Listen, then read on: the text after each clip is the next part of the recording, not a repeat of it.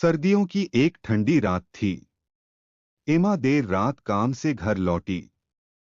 घने जंगलों के बीच उसका छोटा सा घर आज कुछ अजीब सा लग रहा था। अंदर दाखिल होते ही हमेशा की तरह फर्श ने चरमराने की आवाज की, लेकिन आज वह आवाज भारी और गहरी सी थी, जैसे घर खुद सांस ले रहा हो। थकी हुई एमा ने इसे नजरअंदाज किया। उसने आग जलाई और अपनी पसंदीदा कुर्सी पर बैठ गई। तभी उसने सुना एक धीमी पर साफ फुसफुसाहट, एमा। एमा का दिल तेजी से धड़कने लगा। उसने इधर-उधर देखा। कमरे में सिर्फ आग की रोशनी में परछाइयां नाच रही थीं। उसने सोचा शायद यह उसका भ्रम है। थोड़ी देर बाद वह सोने की तैयारी करने लगी। लेकिन अब फुसफुसाहट तेज हो गई थी। वह हवा में गूंज रही थी, जैसे दीवारों से आ रही हो। एमा, हमारी मदद करो। अब उसका डर हकीकत में बदल गया।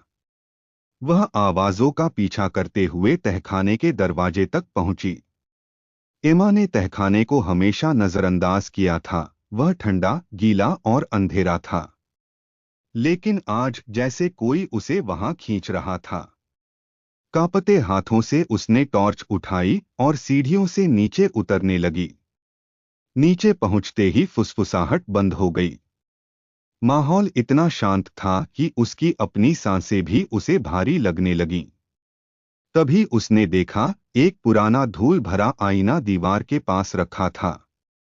आईने के टूटे हुए कांच में परछाइयां हिल रही थीं। वे मरोड़ खा रही थीं, घुमावदार हो रही थीं, जैसे छूटने के लिए तड़प रही हों। और फिर उन परछाइयों में चेहरे उभरे, सफेद, मुरझाए हुए, और आंखों में गहरा खालीपन। हमें आजाद करो, फुसफुसाहट ने गुहार लगाई। डरी हुई एमा पीछे हट गई। उसकी टॉर्च की रोशनी झपकने लगी और अचानक पूरी तरह बुझ गई। अंधेरे में चारों ओर चीखें गूंजने लगीं।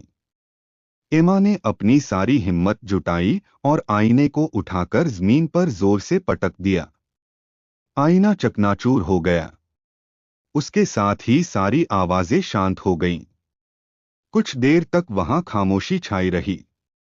फिर एक हल्की सी हवा चली, जो उसके कानों में धीमी सी आवाज लाई, शुक्रिया। उस रात के बाद एमा ने कभी फुसफुसाहटें नहीं सुनी।